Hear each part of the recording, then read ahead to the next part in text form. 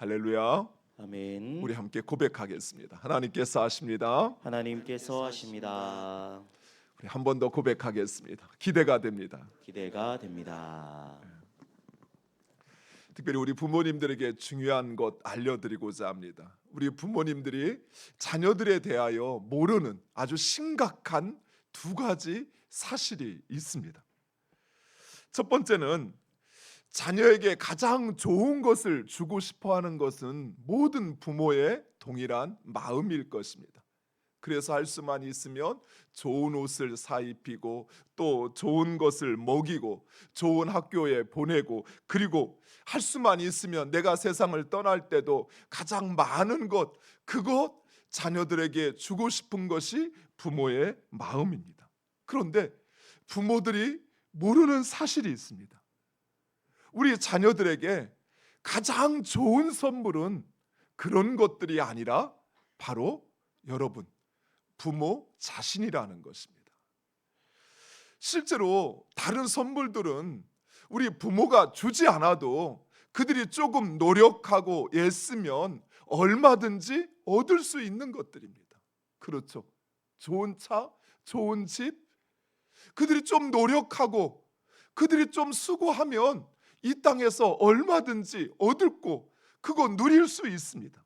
그러나 부모의 삶과 사랑과 가르침은 그 어디에서 얻을 수 있는 것이 아니라는 것입니다. 오직 그 부모만이, 나의 부모만이 줄 수 있는 것입니다. 저희 어머니를 보면 그런 것 같아요. 정말 자식을 위해서 한평생을 그렇게 고단한 삶을 살았음에도 불구하고 여전히 지금도 자식들에게 무엇인가를 주려고 그렇게 애쓰는 그 모습을 보면 때로는 아들인 마음 속에서 너무 미안하고 죄송하고, 또 때로는 그런 어머니의 삶이 안쓰럽기까지도 해요. 그런데 정작 자녀들에게 가장 큰 선물은 그렇게 주어지는 몇 천만 원 그런 거 아니더라고요. 그거 받아도 언제 내가 그거 받았지? 생각할 만큼 어느 순간 다 빠져나가요. 그런데 정작 그 부모의 삶과 사랑과 그 한마디 한마디는 어디 가서도 얻을 수 있는 것이 아니라는 것입니다. 어렸을 때는 자녀들이 나의 선물인 줄 알았습니다. 그런데 성장하고 부모가 되고 또 그러니 부모가 진정 나에게는 이 세상 그 무엇보다도 값진 선물이라는 것입니다. 사랑하는 성도 여러분, 물론 할 수만 있으면 자녀에게 좋은 것 주세요. 그러나 그 좋은 것보다 여러분 자신이 그 자녀에게 가장 큰 선물이요 중요한 선물이라는 사실을 잊지 마시기 바랍니다. 두 번째, 세상에 자기 부모를 사랑하지 않거나 존경하지 않는 자녀는 없다는 사실입니다. 부모들은 종종 자녀들이 자신을 존경하지 않는다라고 생각합니다. 특히 사춘기, 성장기 자녀를 둔 부모님들은 부모의 말에 어느 순간 말대꾸를 하기 시작하고, 부모가 원하는 것, 지들이 원하는 것은 막 늘어놓고 안 들어주면 짜증내고, 그러면서 부모가 원하는 것 그거 한 가지 그거 안 들어주는 것 보면 참 쟤들이 나를 존경하는 거 맞나? 부모로 생각하는 거 맞나? 이런 생각이 들곤 합니다. 그러나 사랑하는 성도 여러분, 제가 30년 넘게 주일학교에서 우리 주일학교 아이들, 유치부에서부터 청년들, 그들 모두를 만나보고 깨달은 사실이 있어요. 그것은 무엇이냐면 우리 자녀들은 부모가 생각하는 것과 완전 다르게 자기 부모를 사랑하고 존경한다는 사실입니다. 다만 부모가 원하는 방식으로 부모가 원하는 때 하지 않을 뿐이지, 자기 부모를 사랑하지 않거나 존경하지 않는 자녀는 그 어디에도 없다는 사실입니다. 사랑하는 성도 여러분, 우리 자녀들은 우리 부모가 생각하는 것 이상으로 부모로부터 영향을 받고 있다는 사실을 여러분 꼭 기억하시기 바랍니다. 단순히 부모의 가르침뿐만 아니라 부모의 말투에서, 부모의 습관에서, 부모의 기질에서, 부모의 삶의 방식에서, 부모의 태도에서, 그리고 그 부모의 관계에서 이 모든 것이 마치 비가 내려 그 대지를 적시듯 우리 자녀들에게 고스란히 그대로 주어진다는 사실을 여러분 꼭 기억하셔요. 그래서 내가 자녀에게 좋은 것, 큰 것 만들어서 그것 주려고 하기보다 내 말투 한마디라도 그 자녀들이 내 그것을 따라한다 생각하시고 내 습관, 내가 누구를 만나는지, 내가 어떤 사람과 관계하는지 우리 자녀들이 그것을 보고 배운다라는 거 생각하시고 여러분의 말, 여러분의 습관, 여러분의 기질, 또 여러분의 관계, 그것들을 선하고 복된 길로 행하는 여러분 되시기를 축원드립니다. 오늘 우리가 함께 읽은 이 사무엘상 말씀은 이스라엘 왕조의 초기 역사를 우리에게 보여주고 있습니다. 사사기 마지막에서부터 시작해서 다윗이 왕위에 오르는 이 모든 과정을 보여줍니다. 그런데 다른 한편으로는 이 사무엘상의 말씀은 자녀 양육의 실무 지침서라 할 수 있습니다. 한나와 사무엘, 엘리와 그의 아들들, 사무엘과 그의 아들들, 기스의 가문과 이새의 가문을 통해서 부모가 자녀에게 어떻게 해야 하는지 그야말로 부모의 자녀 양육 실태를 고스란히 그대로 보여주고 있어요. 참 재미있는 사실은 부모의 양육은 그대로 자식에게도 대물림이 된다는 사실입니다. 부모의 자녀의 양육 방식이 자녀에게도 그대로 대물림이 되는 것입니다. 우리가 아는 것처럼 한나는 기도하여 사무엘을 얻었습니다. 그래서 한나는 아주 짧은 기간, 젖먹이는 기간만 사무엘을 양육하고 젖을 떼자마자 사무엘을 하나님께 바쳤습니다. 곧 사무엘은 하나님을 어떻게 경외해야 하는지를 어머니 한나에게는 배웠지만 그러나 그 어머니의 사랑과 어머니의 양육을 경험한 적이 없습니다.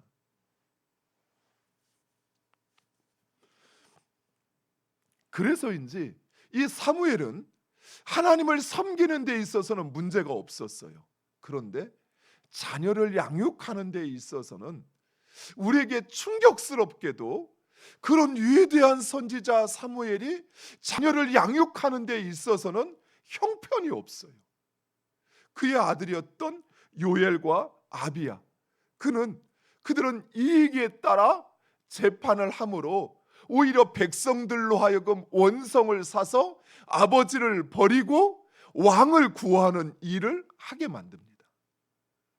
왜 그럴까 생각해 봤어요. 성경을 보면서 왜 이처럼 하나님께 귀하게 쓰임받고 인정받는 이런 선지자, 이런 왕들 밑에서 왜 그런 형편없는 자녀들이 나왔을까? 이유가 거기에 있더라고요. 어머니 한나로부터 하나님을 경외하기 위해서 자신도 자신의 자식도 바쳐야 하지만 그러나 정작 어머니의 그 사랑과 양육을 경험한 적이 없어요. 그러니 자신도 자녀들을 어떻게 양육해야 하는지, 어떻게 사랑을 베풀어야 하는지 그것을 가르치지 못했던 것입니다. 이처럼 부모의 삶은 자녀의 삶에 있어서 결정적입니다. 오늘 우리가 살펴보게 될 이 장혜영 사모님과 그 아들 최승호 군, 사진을 보여주시죠. 이 둘의 이야기가 그렇습니다. 사모님은 대학을 다닐 때까지만 해도 신앙생활을 하지 않았다고 합니다. 그런데 대학 2학년 때 아버지가 그만 위암으로 투병을 하게 됩니다. 어머니가 아버지 간호를 하다가 어느 날 병실 복도에서 전도지 한 장을 보게 됩니다.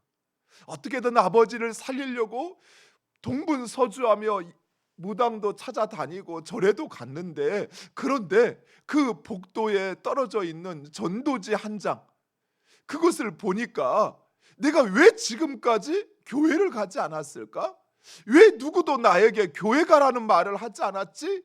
하는 생각이 들 만큼 여기에 그 전도지에 그 자신의 문제의 해답이 있는 것 같아요. 그래서 어머니가 교회를 나가기 시작합니다. 사랑하는 성도 여러분, 이 전도하는 것에 있어서 하나님의 역사를 보면 참 놀라운 것이, 우리가 한 사람을 딱 정하고 그 사람을 위해서 기도하고 또 끊임없이 복음도 전하고 가서 잘해주고 만나주고 이렇게 해서도 전도가 되지만, 때로는 무심코 내가 누군가에게 전해준 전도지, 근데 그 사람이 그 전도지를 읽지 않고 가다가 어딘가에 떨어뜨려 버렸어요. 그런데 누군가는 그 떨어진 전도지를 받아들고 그 복음을 전하뵙게 된다는 사실입니다. 그래서 사랑하는 성도 여러분, 전도에는 아주 뛰어난 방법도 또 어리석은 방법도 없어요. 전도를 하면 하나님이 역사하십니다. 우리 꼭 전도하셔야 돼요. 내 평생 한 명도 전도하지 못했다라는 그걸 가지고 주님 앞에 가면 얼마나 부끄럽겠어요. 최소한 내가 전도 받았으니 한 명은 전도해야죠. 그래야 손해는 보지 않겠습니까? 목사님이 이제 병원에 신방을 왔습니다. 그래서 투병 중인 아버지에게 복음을 전하고 아버지가 그 복음을 받아들이고 그리고 그 자리에서 구원 감사 기도를 드리게 됐어요. 그런데 놀라운 사실이 또 하나 있었어요. 아버지가 이미 고등학교 시절에 믿음 생활을 하고 열심히 신앙 생활을 하셨다는 거예요. 그런데 대학에 가고 직장에 가고 이러면서 그 신앙을 완전히 잃어버리고 살았는데, 그런데 우리 하나님은 잃어버린 그 한 마리 양을 잊지 않으셨던 거예요. 그래서 그 영혼을 구원하시기 위하여 그 마지막 순간 전도지를 통해서 그리고 하나님의 사람을 통해서 그 영혼을 구원하시는 것입니다. 사랑하는 성도 여러분, 오늘 우리 피테 권사님들이 찬양하신 것처럼 우리 하나님은 여러분의 마음 알고 계셔요. 그리고 결코 떠나지 않으셔요. 내 상황이 아무도 나에게 없는 것처럼 생각되어지는 그 고난의 터널 속에 있다 할지라도 하나님 여러분과 함께 하심을 믿으시기 바랍니다. 잃어버린 양 반드시 찾으시는 하나님을 믿으시기 바랍니다. 아버지는 그렇게 세상을 떠났습니다. 아버지 장례를 치르면서 사모님은 처음 교회 장례를 보게 되었다고 그래요. 근데 무슨 교회 장례는 그렇게 노래를 많이 부르냐고. 지금도 참 자기가 부르기 힘든 곡이 있는데, 하늘 가는 밝은 길이, 우리 성도들은 참 은혜 가운데 부르잖아요.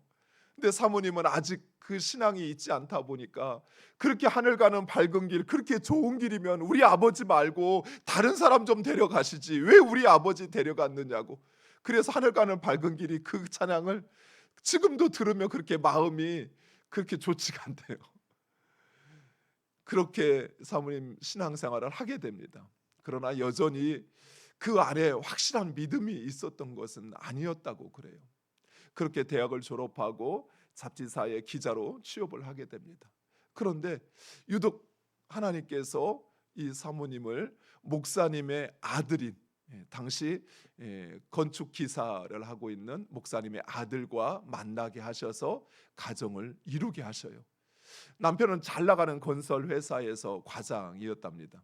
결혼을 하고 그리고 이제 남편이 해외 출장을 간 사이에 첫째 아이 승우를 낳게 돼요. 그런데 그만 8개월의 미숙아로 승우를 낳게 됩니다. 여러분 아시는 것처럼 이 미숙아는 태어날 때부터 인큐베이터에서 특별한 관심과 보호를 받아야 합니다.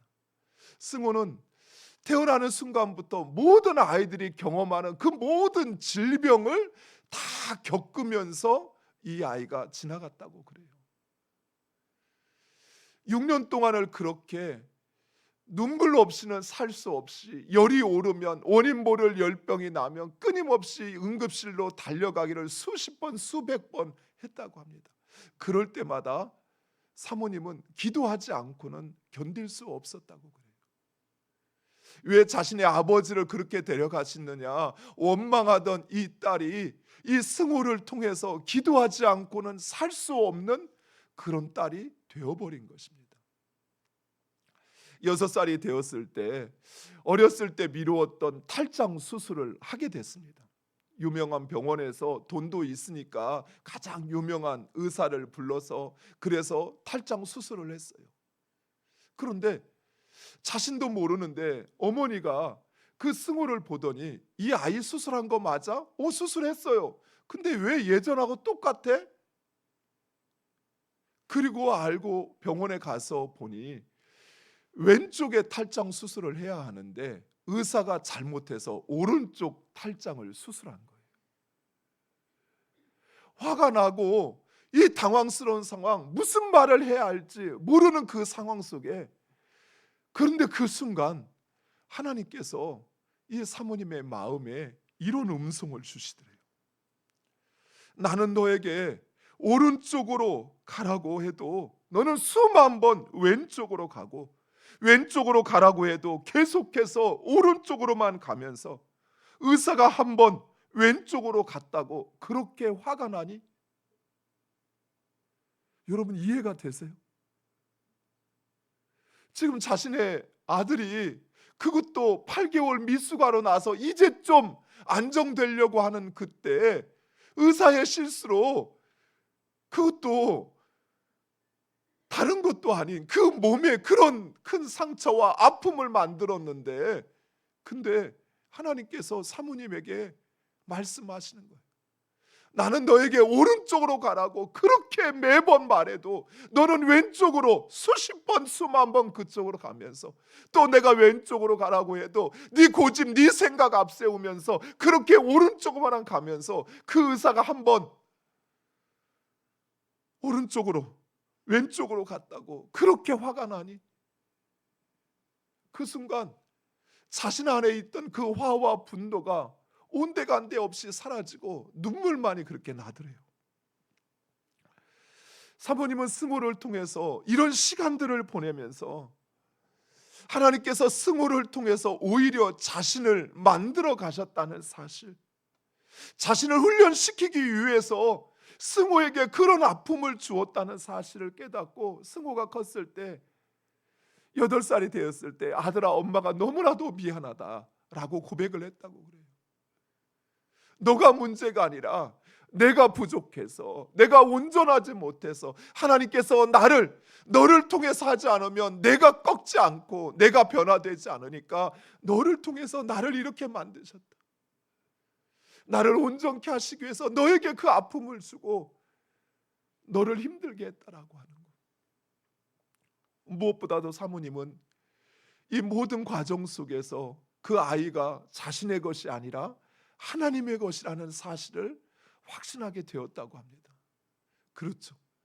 사랑하는 성도 여러분, 내 손으로 아무것도 할 수 없을 때, 그때 진정 하나님만이 그 아이를 살리고 붙잡고 해결할 수 있다는 사실, 그것을 우리는 깨닫게 됩니다. 이렇게 저는 크게 우리 아이들이 아프진 않았지만 한번 저희 큰아이가, 딸아이가 어렸을 때 그런 적이 있어요. 갑자기 열이 나는 거예요. 그래서 거기에 있는 중간에 있는 병원 응급실을 갔어요. 그랬더니 여기서는 조치할 수 없으니까 큰 대학병원에 가라는 거예요. 그래서 그 아이를 한밤중에 안고 다시 또 대학병원에 갔어요. 근데 이 아이는 지금 열이 펄펄 끓고 있는데 그 대학병원에는 응급 환자들이 왜 그렇게 많은지, 의사들이 다른 사람을 신경을 쓰느냐고 이 아이가 먼저 왔는데도 진찰을 조차 하지 않는 거예요. 너무 화가 나서 간호사한테 왜 우리 아이를 먼저 진찰하지 않느냐고, 이러다가 무슨 일 나면 어떻게 할 거냐고 그랬더니 간호사가 되려 그 아이 지금 여기 있으면 다른 환자들에게 전염되고 환자들로부터 병균이 옮아갈 수 있으니까 다른 데 데리고 와라고. 아니 지금 다른 데서 안 된다고 해서 여기 왔는데 여기서 또 다른 데 가라고 하면 이제 어딜 갑니까? 또 꾸역꾸역 찾아서 다른 병원을 갔어요. 그랬더니 의사가 하는 이야기가 자기가 해줄 수 있는 거 아무것도 없대요. 그저 그냥 그 아이를 홀딱 다 벗겨서 그냥 그렇게 해서 열을 좀 내리고 그리고 그 아이 그냥 데리고 있을 수밖에 없다는 거예요. 그때 깨달았어요. 내가 하는 거 아니구나. 내가 이 아이 살리고 내가 이 아이 책임지는 거 아니구나. 하나님께서 하신다는 거예요. 하나님의 것이라는 사실. 사랑하는 성도 여러분, 우리의 자녀는 내 것이 아니라 하나님의 것입니다. 이때 사모님의 가정에 또 다른 불행이 찾아오게 됩니다. 바로 잘 나가던 남편의 건강 악화입니다. 심장이 다른 일반인보다 3배가 부었는데 그래서 그 기능이 다른 일반인에 비해서 30%밖에 하지 않는다는 사실을 알게 된 거예요. 나이 이제 30인데 그런데 심장은 70대 심장을 가지고 있다는 거예요. 더욱이 언제든 돌연사를 할 수 있기에 그래서 그런데 또 당시만 해도 치료 방법이 전혀 없었다고 합니다. 그렇게 남편의 병치레를 하고 그런데 남편이 어느 날 갑자기 목회자가 되겠다라고 소원을 한 거예요. 사모님은 남편이 잘 나가는 대기업의 건설회사 과장이니까 이제 나중에 좀 인정받고 이러니까 건설회사 사장 정도는 될 수 있겠지라고 생각을 했는데 갑자기 목회를 하겠다는, 그것도 제 몸을, 건강한 몸을 가지고 하는 것도 아니고 언제 죽을지도 모르는 그 몸을 가지고 목회를 하겠다고 하니 사모님이 찬성했겠습니까?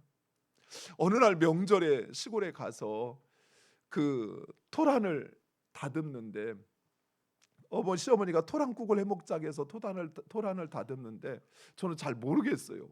여성들이 아는 것 같은데 사모님이 그만 토란을 맨손으로 이렇게 다듬었다고 그래요. 그랬는데 이 토란 알레르기가 갑자기 사모님한테 온 거예요. 그래가지고 정신을 잃고 응급실에 실려갔는데 그 응급실에 실려가서 사모님이 나 살려주시면 하나님의 뜻대로 다 하겠습니다. 그래서 응급실에 조치를 하고 치료를 받고 회복이 되어서 돌아와서 남편에게 이야기를 했습니다. 여보, 당신 목회해. 그런데 그러자 남편이 사모님에게 실은 내가 5년 전부터 목회를 해야겠다는 마음을 하나님이 주셔서 그 결단을 하고 기도를 하는데 당신을 설득할 용기가 나지가 않더라는 거예요. 그래서 5년 동안 기도만 했대요. 하나님, 정말 하나님께서 나를 부르셔서 쓰시려면 내 아내의 마음을 되돌려 놓아 달라고.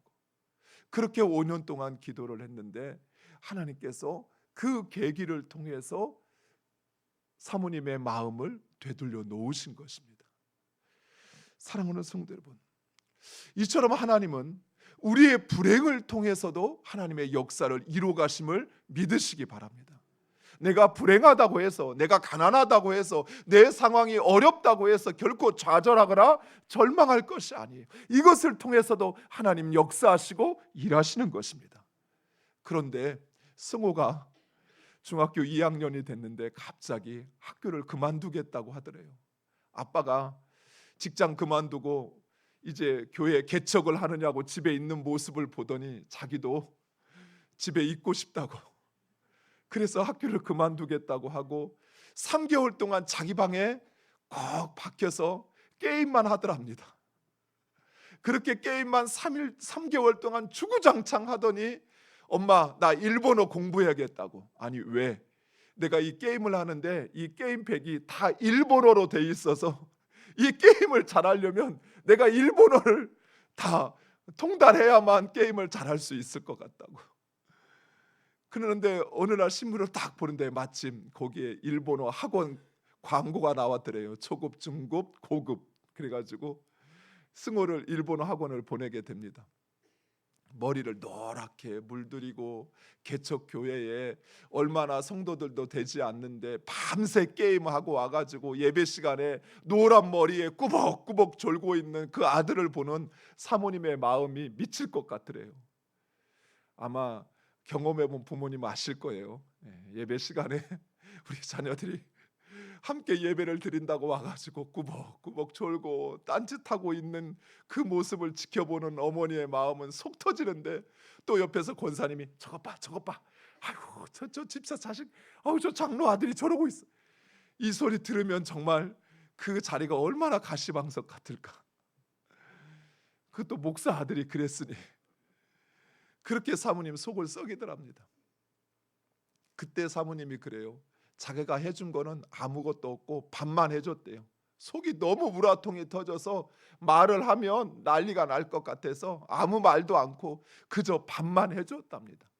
그런데 그렇게 세월을 보내던 이 아들이 중학교에 중퇴를 했으니까 중학교 검정고시를 보더니 나 고등학교도 보고 싶다고 곧바로 고등학교 검정고시를 봐서 통과를 하더래요. 그러니까 더 이상 시험이 없잖아요. 남은 시험은 수능 시험 있잖아요. 그래서 이 아이가 수능 시험을 보겠다고 마치 게임에서 자기 등급 높이듯이 게임 점수 따듯이 수능 시험을 보겠다고 하고 학원을 등록해 달라고 하더래요. 그런데 그 사모님이 사셨던 데가 좀 좋은 데였나 봐요. 당시 중졸은 학원에서 받아주지도 않았답니다. 그래서 단과 학원을 갔어요. 단과 학원을 갔는데 이 아이가 갑자기 제2 외국어에서 1등급을 받은 거예요. 일본어에서. 게임한다고 일본어를 고급 수준까지 올려놓던 이 아들이 제2 외국어 일본어 시험을 봤는데 1등을 하니까 아들이 신이 나더래요. 그때부터 공부하기 시작해서 여러분 놀라실 준비하십시오. 15살에 연세대 사회계열에 합격하게 됩니다. 그리고 다시 또 공부해서 21살에 우리나라 최연소 사법시험 합격을 하게 됩니다. 사랑하는 성도 여러분, 중학교 2학년 아들이 중퇴한다고 했을 때 그 부모의 마음이 어땠을까요? 제 아들이 중학교 졸업하고 고등학교를 갔는데 갑자기 실업계를 가겠다는 거예요. 저는 죽어라 공부해서 더 높은 도시에 있는 인문계 고등학교를 나왔는데 제 아들은, 당시 오해하지 마세요. 실업계 나오신 분들, 저희 누님도 실업계 나왔거든요. 돈 없고 가정을 빨리 살려야 할 경우, 또 공부를 지지리도 못했을 때, 죄송합니다, 그때 가서 여러분들은 다 가정 살리려고 가셨잖아요. 저희 누님도 그랬으니까.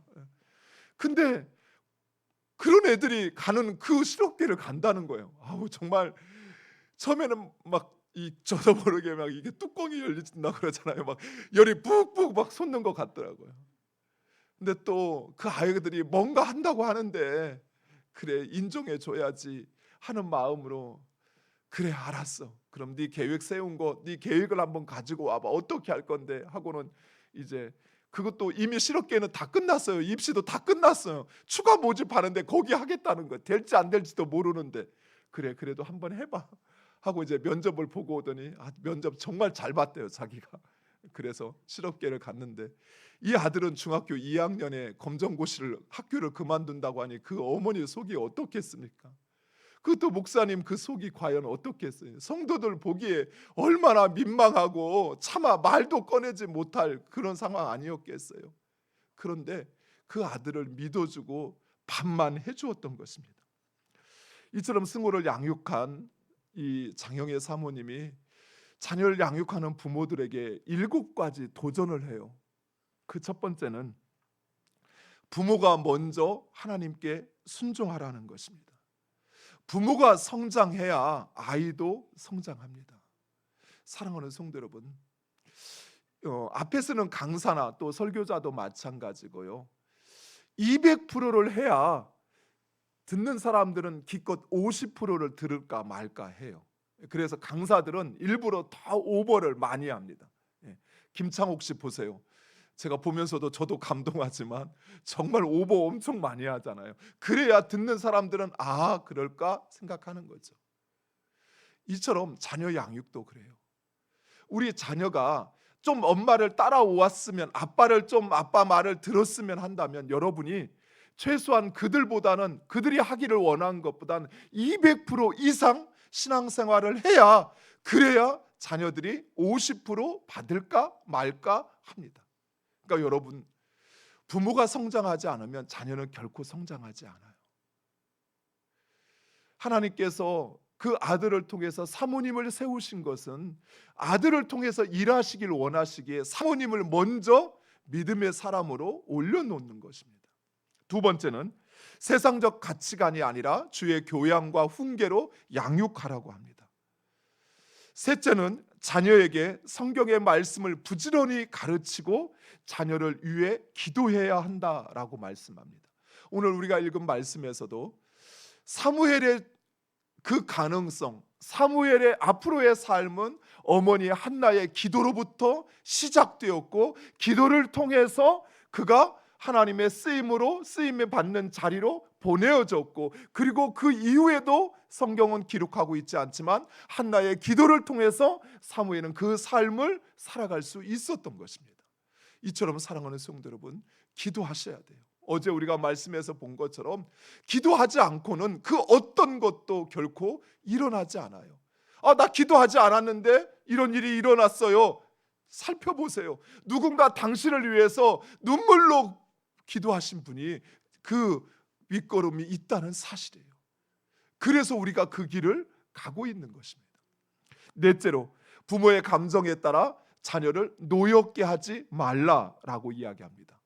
중요한 사실, 자녀의 공부를 방해하는 것은 핸드폰이나 컴퓨터가 아니라 부모의 비교 의식이라고 하는 거.